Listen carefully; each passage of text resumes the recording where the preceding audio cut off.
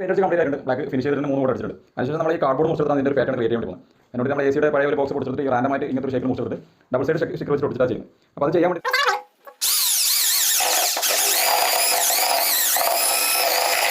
ടെക്ഹാക്വർക്കിൻ്റെ പുതിയ വീഡിയോയിലേക്ക് സ്വാഗതം. അപ്പോൾ നമ്മളൊരു ബെഡ്റൂമിൻ്റെ കുറച്ച് വീഡിയോസ് ചെയ്തിട്ടുണ്ടായിരുന്നു. അതിൽ അവസാനമായിട്ട് ചെയ്തത് വിനീർ പാനലിംഗ് ചെയ്ത വീഡിയോ ആണ്. അപ്പോൾ അത് പോളിഷൊക്കെ ചെയ്ത് കംപ്ലീറ്റ് ആയി നമ്മളതിനടുത്തായിട്ട് ഈ ഒരു വാളിലൊരു പോർഷൻ നമ്മൾ ഒഴിവിട്ടിട്ടുണ്ടായിരുന്നു. ആ ഒരു ഭാഗത്തേക്കായിട്ട് ഒരു പാറ്റേൺ ക്രിയേറ്റ് ചെയ്യുന്ന ഒരു വീഡിയോ ചെയ്യാൻ വേണ്ടി പോകുന്നത്. അപ്പോൾ വീഡിയോ നിങ്ങൾക്ക് ഉപകാരപ്പെടുന്ന ഒരു വീഡിയോ ആയിരിക്കും. വീഡിയോ ഇഷ്ടമായി ലൈക്ക് ചെയ്യാനും ഷെയർ ചെയ്യാനും മറക്കരുത്. സബ്സ്ക്രൈബ് ചെയ്യാത്ത ആരെങ്കിലും വീഡിയോ കാണുന്നെങ്കിൽ ഇപ്പോൾ തന്നെ സബ്സ്ക്രൈബ് ചെയ്തോ. അപ്പോൾ താഴെ കാണുന്ന ബെൽ ബട്ടണിൽ ഓൾ എന്നുള്ളത് തന്നെ ചെയ്തു പോകാം. അപ്പോൾ നമുക്ക് നേരെ വീഡിയോയിലേക്ക് പോകാം. ആദ്യം തന്നെ ഒരു കോല് ഉപയോഗിച്ചിട്ട് ഇങ്ങനെ ഈ സൈഡ് നമ്മൾ സ്ട്രൈറ്റ് ആയിട്ട് ഒന്ന് മാർക്ക് ചെയ്തിരുന്നുണ്ടോ. അപ്പോൾ ആ മാർക്ക് കണക്കായിട്ട് നമ്മൾ ഇനിയിപ്പോൾ പേപ്പർ ടൈപ്പ് ഇങ്ങനെ ഒട്ടിച്ചു കൊടുക്കുക താഴോട്ടേക്ക്. ഈ മാറ്റ് ബ്രഷ് ഉപയോഗിച്ചിട്ട് ബ്ലാക്ക് എമൽഷൻ ഒന്ന് അടിച്ചു കൊടുക്കുന്നത്. അപ്പോൾ അത് പെയിൻ്റ് അടിച്ച് കംപ്ലീറ്റ് ആയിട്ടുണ്ട്. ബ്ലാക്ക് ഫിനിഷ് ചെയ്തിട്ട് തന്നെ 3 കോട്ട് അടിച്ചിട്ടുണ്ട്. അതിനുശേഷം നമ്മൾ ഈ കാർഡ്ബോർഡ് മുറിച്ചെടുത്തിട്ടാണ് ഇതിൻ്റെ ഒരു പാറ്റേൺ ക്രിയേറ്റ് ചെയ്യാൻ വേണ്ടി പോകുന്നത്. അതിനോട് നമ്മൾ AC യുടെ പഴയ ഒരു ബോക്സ് പൊട്ടിച്ചെടുത്തിട്ട് ഈ റാൻഡമായിട്ട് ഇങ്ങനത്തെ ഒരു ഷേപ്പിൽ മുറിച്ചെടുത്തിട്ട് ഡബിൾ സൈഡ് സ്റ്റിക്കർ വെച്ചിട്ട് ഒട്ടിച്ചിട്ടാണ് ചെയ്യുന്നത്. കാർഡ്ബോർഡ് വെച്ചിട്ട് ഒരു പ്രാകൃതമായ രീതിയിൽ നിങ്ങൾക്ക് തോന്നിപ്പോണ്ട. കാർഡ്ബോർഡ് വെച്ചിട്ട് നല്ലൊരു ഡിസൈൻ തന്നെയാണ് കൊണ്ടുവരാൻ വേണ്ടി പോകുന്നത്. ഞാൻ ആദ്യം ഉദ്ദേശിച്ചത് വേറെ ടൈപ്പ് ആയിരുന്നു. ഇപ്പോൾ 4 ഇഞ്ച് തിക്നെസ് ഉള്ള ഒരു ഡബിൾ സൈഡ് സ്റ്റിക്കർ വെച്ചിട്ട് അത് കിട്ടിയിട്ടില്ല. അപ്പോൾ നമുക്ക് ഇതിൻ്റെ താഴ്ഭാഗം സോഫ വരുന്നതുകൊണ്ട് ഇത്രയും ഭാഗം നമ്മൾ ഒഴിവാക്കിയത്. അപ്പോൾ വെറുതെ ചെയ്തുകൊണ്ട് പ്രത്യേകിച്ച് കാര്യമൊന്നുമില്ല. ഇത്രയും ഭാഗം ഫിക്സ്ഡ് ആയിട്ട് സോഫ വെക്കുന്നതാണ്. അപ്പോൾ ബാക്കി ഭാഗം നമ്മളിവിടെ ലൈൻ ഇട്ടിട്ട് ബോർഡർ ചെയ്യാൻ വേണ്ടി പോയി ഞാൻ ആദ്യം തന്നെ. അതുപോലെ തന്നെ ഈ സൈഡിൽ നമ്മൾ ബോർഡർ ചെയ്യാൻ വേണ്ടിയിട്ട് ഇങ്ങനെ മാർക്ക് ഇട്ട് കൊടുക്കുന്നുണ്ട്. അപ്പോൾ അതിന് ശേഷം നമ്മൾ ഈ 4 ഇഞ്ച് വീതിയുള്ള ഡബിൾ സൈഡ് സ്റ്റിക്കർ നമ്മൾ ഈ കാർഡ്ബോർഡിലേക്ക് ഇങ്ങനെ ഒട്ടിച്ചു കൊടുക്കുക. 4 ഇഞ്ചിൻ്റെ തിക്നെസ് വരുന്ന ഡബിൾ സൈഡ് സ്റ്റിക്കർ കിട്ടുന്നുണ്ട് കേട്ടോ. അത് കിട്ടാത്തതുകൊണ്ടാണ് നമ്മളിപ്പോൾ ഇതിൽ ചെയ്യേണ്ടി വന്നത്. അപ്പോൾ ഇത് കുറച്ച് ടൈം എടുക്കും. നമ്മൾ ഉദ്ദേശിച്ചതിനെക്കാട്ടി കുറച്ച് ടൈം കൂടുതലെടുക്കും.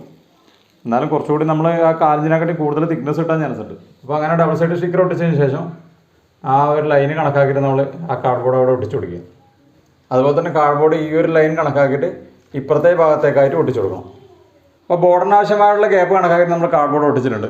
അപ്പോൾ ഇനിയിപ്പോൾ ഈ ഒരു ഗ്യാപ്പിലേക്ക് നമ്മൾ ഫസ്റ്റ് തന്നെ പുട്ടിയിട്ടതിന് ശേഷമാണ് ബാക്കിയുള്ള പാറ്റേൺ ചെയ്യും. അപ്പോൾ അതിൻ്റെ സ്റ്റോണും കാര്യങ്ങളൊക്കെ നമ്മൾ മിക്സ് ആക്കി എടുക്കണം. അതിനോട് ഒരു 20 ലിറ്ററിൻ്റെ ബക്കറ്റിലേക്ക് ഇട്ടിട്ട് മുന്നേ കാണിച്ച ഒരു വീഡിയോയിൽ ചെയ്ത അതേ ഒരു റോഡ് ഉപയോഗിച്ചിട്ട് നമ്മൾ ഡ്രില്ലിൽ വെച്ചിട്ടാണ് മിക്സ് ചെയ്യുന്നത്. അപ്പോൾ ഇത് കംപ്ലീറ്റ് തന്നെ ഇപ്പോൾ മിക്സ് ആക്കണം. ഇതിൻ്റെ മുകളിൽ സ്റ്റോൺ അതിന് ഇപ്പോൾ 5 കിലോൻ്റെ ബക്കറ്റാണെങ്കിൽ 5 കിലോന് കണക്കായിട്ടുള്ള സ്റ്റോണാണ് ഇതിൽ ആഡ് ചെയ്തിട്ടുണ്ടാവുക. അതുകൊണ്ട് മിക്സ് ആക്കുന്ന സമയത്ത് നമ്മൾ കംപ്ലീറ്റ് മിക്സ് ആക്കുക. അതിന് ശേഷം നമുക്ക് ആവശ്യമുള്ളത് മാത്രം അപ്ലൈ ചെയ്തിട്ട് ബാക്കിയുള്ളത് അടച്ചു വെച്ചാൽ മതിയാവും. അപ്പോൾ മിക്സ് ആക്കാൻ വേണ്ടി പോയെന്ന് പുട്ടിയിടാൻ വേണ്ടി പോയിരുന്നു. അപ്പോൾ അതിന് ഗ്രിപ്പ് കിട്ടാൻ വേണ്ടിയിട്ട് സ്ക്രൂ ഡ്രൈവർ വെച്ചിട്ടൊന്ന് ഇങ്ങനെ സ്ക്രാച്ച് ചെയ്ത് വിടുന്നുണ്ട്. അതായത് സ്ക്രാച്ച് ചെയ്തിട്ടില്ലെങ്കിൽ നല്ല പിടുത്തുള്ളത് തന്നെയാണ്. നമ്മൾ പെയിൻറ്റിൻ്റെ മുകളിൽ തന്നെ അപ്ലൈ ചെയ്യാൻ വേണ്ടി പറ്റും. അപ്പോൾ നമ്മൾ പുട്ടി അപ്ലൈ ചെയ്യാൻ വേണ്ടി പോയി ടെക്സ്ചർ പുട്ടി ഉപയോഗിച്ചിട്ടുള്ളത്. ഇത് എക്സ്റ്റീരിയർ ഇൻറ്റീരിയർ ഉപയോഗിക്കാൻ പറ്റുന്നതാണ്. ചെറിയ നൈസായിട്ടുള്ള സ്റ്റോൺ ഉണ്ടാവും. അപ്പോൾ ഇത് ഗണ്ണ് വെച്ചിട്ട് അടിച്ച് കഴിഞ്ഞാൽ കുറച്ച് ആ ബബിൾസ് കാര്യങ്ങളൊക്കെ ക്രിയേറ്റ് ചെയ്യുന്ന ഇതേ ഇതുകൊണ്ട് തന്നെയാണ്, ഇതേ പുട്ടി കൊണ്ട് തന്നെയാണ്. നോർമൽ പുട്ടി ഉപയോഗിച്ചിട്ട് ചെയ്യാൻ വേണ്ടി പറ്റും. അപ്പോൾ നമ്മൾ തിക്നെസ് കുറച്ച് കുറക്കണം. ക്രാക്ക് വരാനുള്ള ചാൻസ് കൂടുതലാണ്. പുട്ടി ബ്ലേഡ് വെച്ചിട്ട് ഇങ്ങനെ ഫില്ല് ചെയ്ത് പോകും.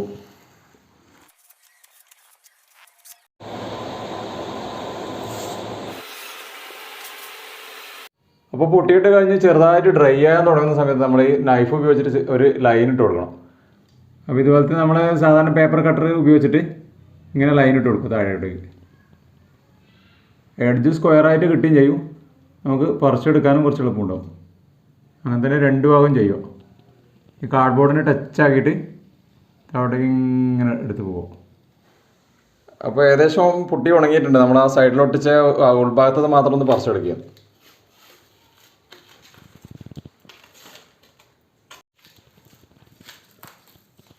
കത്തി കൊണ്ട് മുറിച്ചുകൊണ്ട് എഡ്ജൊക്കെ കറക്റ്റ് നല്ല ഷാർപ്പ് എഡ്ജായിട്ട് തന്നെ കിട്ടിയിട്ടുണ്ട്. കത്തി ഇറങ്ങാത്ത ഭാഗമൊക്കെ പുട്ടി ബ്ലേഡ് ഉപയോഗിച്ചിട്ട് ഇതുപോലെ ഒന്ന് ചെയ്ത് കഴിഞ്ഞാൽ ആ എഡ്ജൊക്കെ നല്ല 90 ഡിഗ്രി തന്നെ കിട്ടും.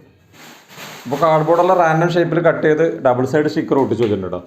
ഇനി ഇതിപ്പോൾ ഇത് വാളിലേക്ക് ഒട്ടിക്കാൻ വേണ്ടി പോയി ഓരോന്നായിട്ട് ഇങ്ങനെ ഇളക്കിയിട്ട് ഒട്ടിച്ചു കൊടുക്കും കേട്ടോ.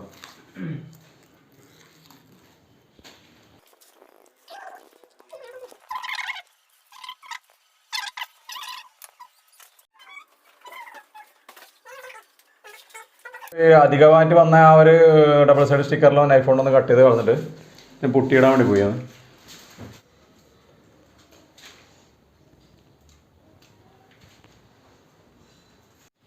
അപ്പോൾ ആ ഡബിൾ സൈഡ് സ്റ്റിക്കർ കത്തി വെച്ചിട്ട് ഇങ്ങനെ മുറിച്ചെടുക്കുന്നുണ്ട് കേട്ടോ.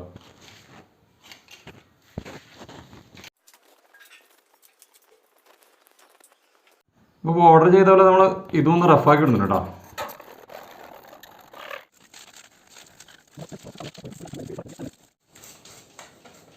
കംപ്ലീറ്റ് റഫാക്കി കഴിഞ്ഞിട്ടുണ്ട്. അപ്പോൾ ഇനി ഈ സൈഡൊക്കെ ഒന്ന് ചെറുതായിട്ട് വെള്ളം നനച്ച് കൊടുത്തിട്ട് പുട്ടി അപ്ലൈ ചെയ്യാൻ വേണ്ടി പോയി ഒന്ന് ചെറുങ്ങനെ സ്ക്രാച്ച് ചെയ്ത് കൊടുക്കുന്നതായിരിക്കും. അപ്പോൾ പുട്ടി ഇടാൻ വേണ്ടി പോയെന്ന് നമ്മൾ ഈ കോർണറിൽ നിന്ന് സ്റ്റാർട്ട് ചെയ്തിട്ട് ബാക്കിയുള്ള അതൊക്കെ ഇങ്ങനെ വലിച്ചിട്ട് പിടിക്കും. നേരത്തെ അതിനായിട്ട് കുറച്ച് ലൂസ് വെച്ചിട്ടുണ്ട്. നമുക്ക് ഇപ്പോൾ നേരത്തെ പെട്ടെന്ന് തന്നെ ചെയ്തിട്ട് ഡ്രൈ ആയി കിട്ടാൻ വേണ്ടിയിട്ട് കുറച്ച് ടൈറ്റ് വെച്ചത്. അപ്പോൾ ചെറിയ ലൂസ് വെച്ച് കഴിഞ്ഞാൽ പെട്ടെന്ന് നമുക്ക് അപ്ലൈ ചെയ്യാൻ വേണ്ടി വരും. ഒന്നുകൂടി നമുക്ക് അവസാനം ഒന്നുകൂടി അതിൻ്റെ മുകളിലൊന്ന് വലിച്ചു കൊടുത്താൽ മതിയാവും. ഫാസ്റ്റായിട്ട് തന്നെ ഇട്ടിട്ട് പോവാം.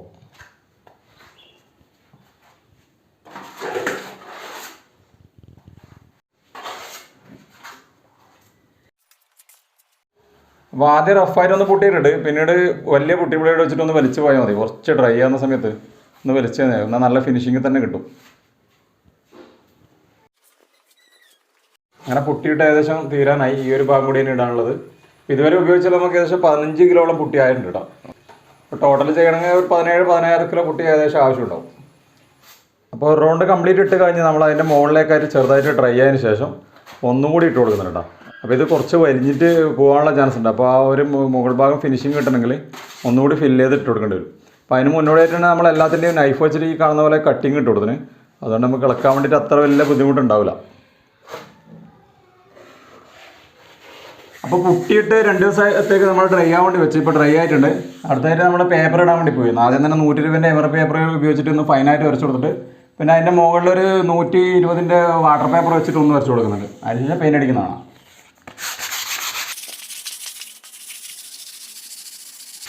ഈ കാണുന്ന ഹോളെല്ലാം നമ്മളെ ബോർഡുള്ളതാണ് കേട്ടോ.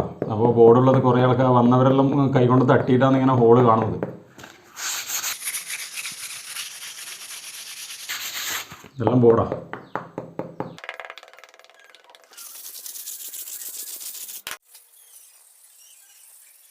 അപ്പോൾ എമറി ഇട്ട് കഴിഞ്ഞാൽ അടുത്തായിട്ട് 100 രൂപേൻ്റെ വാട്ടർ പേപ്പർ ഇടാൻ വേണ്ടി പോയി.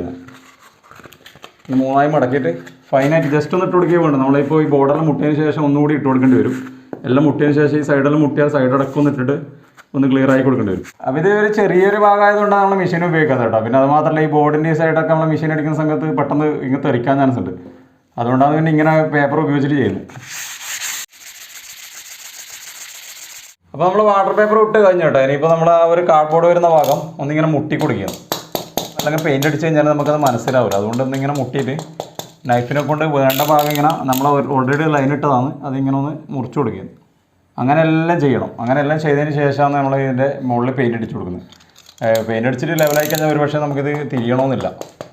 അപ്പോൾ ഇത്രയും കണ്ടപ്പോൾ നമുക്ക് ഏകദേശം ഇതിൻ്റെ പാറ്റേണിൻ്റെ ഒരു ഐഡിയ ഏകദേശം കിട്ടിയിട്ടുണ്ടാവും തന്നെ ഞാൻ വിചാരിക്കുന്നത്. നമ്മൾ മൾട്ടിവുഡിൽ ചെയ്യുന്ന ആ ഒരു CNC പാറ്റേൺ കട്ടിങ്ങിൻ്റെ പാറ്റേണാണ് നമ്മൾ ചെയ്യാൻ ഉദ്ദേശിക്കുന്നത്. അപ്പോൾ ഇതിൻ്റെ മുകളിൽ ഒരു പെയിൻ്റ് അടിച്ചതിന് ശേഷം എന്തായി വരുന്നുള്ളത് നമുക്ക് കാണാം.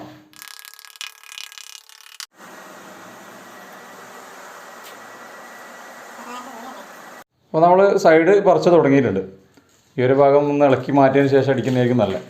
ആ എഡ്ജിൽ നിന്ന് ഇപ്പം തന്നെ പേപ്പർ ഇട്ടിട്ട് പെയിൻറ്റ് ചെയ്ത് വിടാമല്ലോ.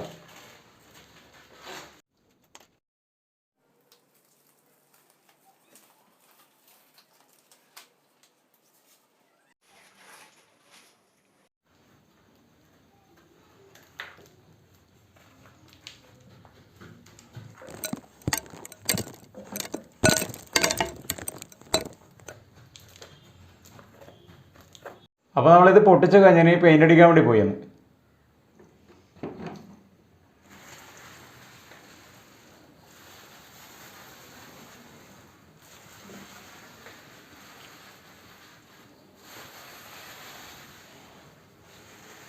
അപ്പോൾ എമൽഷനിൽ നമ്മൾ URP മിക്സ് ചെയ്ത് കൊടുത്തിട്ടുണ്ട് കേട്ടോ. മഴക്കാലം ആയതുകൊണ്ട് പെട്ടെന്ന് ഡ്രൈ ആകാൻ വേണ്ടിയിട്ടാണ് നമ്മൾ അങ്ങനെ ചെയ്തത്.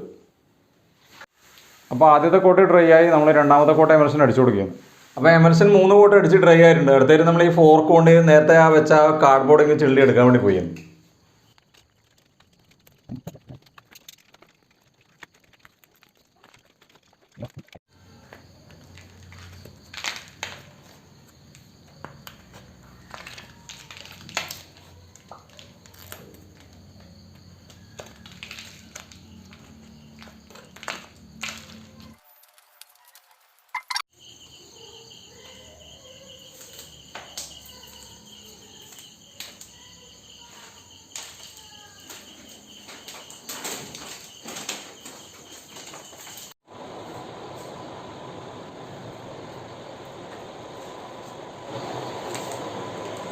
ഇപ്പോൾ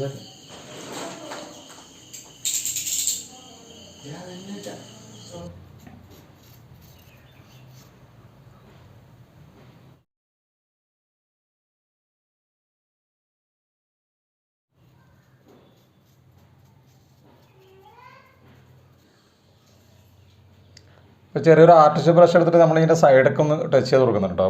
വൈറ്റ് എമൽഷൻ ഈ ബോർഡർ വരുന്ന ഭാഗം, അതിന് ശേഷം അകത്തുള്ള ഭാഗത്ത് പിന്നെ ബ്ലാക്ക് എമൽഷൻ ടച്ച് ചെയ്ത് കൊടുക്കും.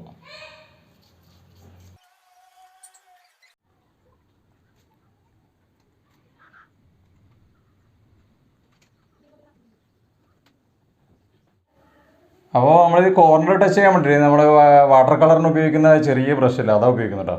അത് ഉപയോഗിച്ചിട്ട് ഇങ്ങനെ സൈഡ് ഇത് കട്ട് ചെയ്തതിന് ശേഷം നമ്മൾ നേരത്തെ വൈറ്റ് കട്ട് ചെയ്യാൻ ഉപയോഗിച്ച അതേ ബ്രഷ് കൊണ്ട് ബാക്കിയുള്ള ഭാഗം ഒന്ന് അടിച്ചു പിടിക്കും.